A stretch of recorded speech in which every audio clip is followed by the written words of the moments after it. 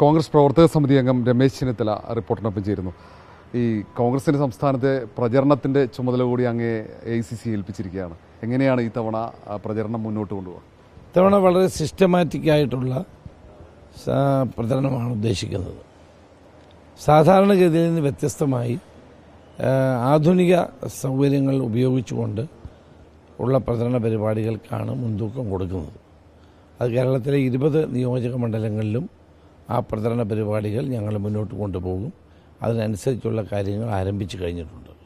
ഈ മിക്ക മണ്ഡലങ്ങളിലും ത്രികോണ മത്സരത്തിന് അരങ്ങൊരുങ്ങി കഴിഞ്ഞു. BJPയുടെ ദേശീയ നേതാക്കൾ, പ്രത്യേകിച്ച് പ്രധാനമന്ത്രി തന്നെ തുടർച്ചയായി കേരളത്തിൽ പ്രചാരണത്തിന് എത്തുകയാണ്.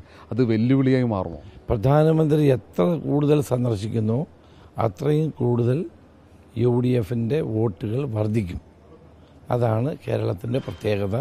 അത് ഈ തെരഞ്ഞെടുപ്പ് കഴിയുമ്പോൾ നിങ്ങൾക്കത് ബോധ്യപ്പെടും. അതുകൊണ്ട് ഇനി അമിത്ഷായൂടെ വന്നാൽ മതി, ഭൂരിപക്ഷം വർദ്ധിക്കാൻ അതുകൂടെ മതി. ഇടവേളയ്ക്ക് ശേഷമാണ് സംസ്ഥാനത്തെ കോൺഗ്രസിൻ്റെ അല്ലെങ്കിൽ UDFൻ്റെ പ്രചാരണ ചുമതല ഏറ്റെടുക്കുന്നത്. അങ്ങ് നയിക്കുകയാണ്. എങ്ങനെ കാണുന്നു?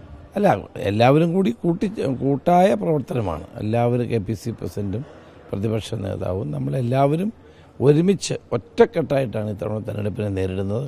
പാർട്ടിക്കകത്തൊരു അഭിപ്രായ വ്യത്യാസമില്ലാതെ എല്ലാവരും യോജിച്ച് തെരഞ്ഞെടുപ്പ് രംഗത്ത് സജീവമായി ഇറങ്ങുകയാണ്.